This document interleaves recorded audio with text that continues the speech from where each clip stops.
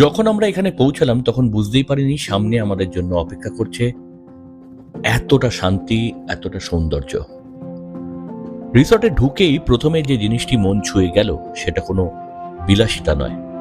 চারিদিকে ছড়িয়ে থাকা সবুজ বিশাল লন, দূরে পাহাড়ের রেখা, আর ঠিক সামনে বয়ে চলেছে রামগঙ্গা নদী।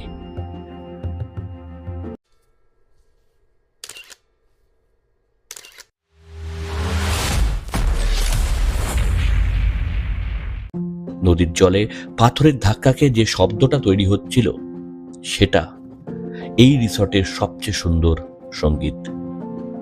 কিছু জায়গা ক্যামেরায় ভালো লাগে, আর কিছু জায়গা নিজের চোখে না দেখলে বিশ্বাসই করা যায় না। আর ঠিক তেমনই একটা জায়গা এই রিসর্ট। এই রিসর্টের সবচেয়ে বড় আকর্ষণ আমার কাছে ছিল নেচার, মানে প্রকৃতি। প্রকৃতি একদম আমাদের কাছেই ছিল। একদিকে অবিরাম বয়ে চলেছে রামগঙ্গা নদী, আর অন্যদিকে জঙ্গলের নীরবতা। আর মাঝখানে আমরা। সকালে ঘুম ভাঙছিল পাখির ডাক শুনে, তারপর একটু হাঁটাহাঁটি, একটু খেলা। বিকেলে নদীর ধারে বসে শুধু জল বয়ে যাওয়া দেখলেও সময় যেন থমকে যাচ্ছিল।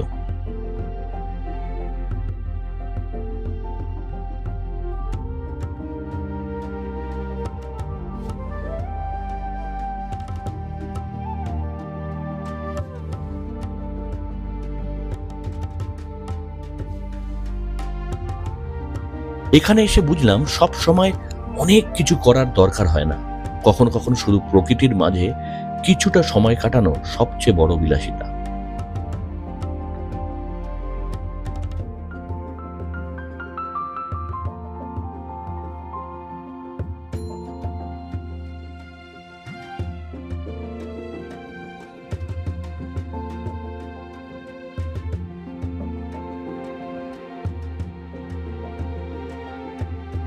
রিসর্টের প্রতিটি কোণ এমনভাবে তৈরি যেন প্রকৃতির সৌন্দর্যকে কোনোভাবেই আড়াল না করে।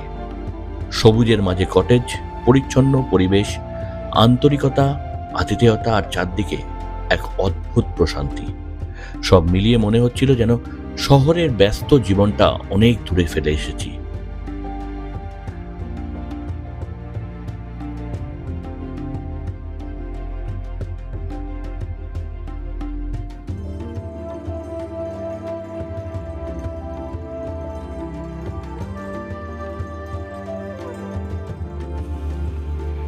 তো বেসিক এখানে টিভি আছে, টিভি সেটটা অসাধারণ। রুম, সরি একটু অগোছালো, কারণ আমি চেক ইনটা পরে করেছি। এটা একটা মাস্টার বেড, বড় একটা সোফা, একটা সিটিং টেবিল, যেটা খুব ইম্পর্টেন্ট কিছু রেখে কাজ করা বা এরকম কিছুর জন্য। ডুপ্লেক্স যেগুলো রুম, ওপরে বেড করা আছে, তো ওখানে এসি রয়েছে।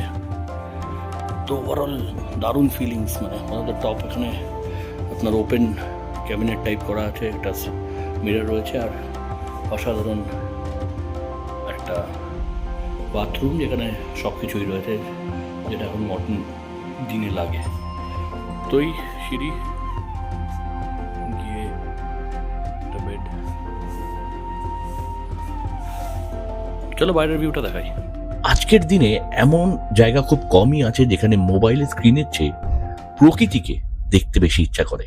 তারেঙ্গি হেরিটেজ রিসর্ট ঠিক সেই অনুভূতিরই উপহার দেয় আপনাকে। নৈনিতালের শান্ত লেক, কৌশানীর সূর্যোদয়, জিম করবেটের জঙ্গল, আর এই রামগঙ্গা নদীর তীরে হেরিটেজ তারেঙ্গি রিসর্ট, সব মিলিয়ে উত্তরাখণ্ড আমার এক কাছে সুন্দর স্মৃতি হয়ে রইল। হয়তো সেই কারণেই কিছু ভ্রমণ শেষ হলেও তাদের গল্প কখনো শেষ হয় না। আবার দেখা হবে নতুন কোনো পথের গল্প নিয়ে। ততদিন ভালো থাকুন, আর পৃথিবীটাকে একটু বেশি করে দেখুন। সবাইকে ভালোবাসুন। Take care.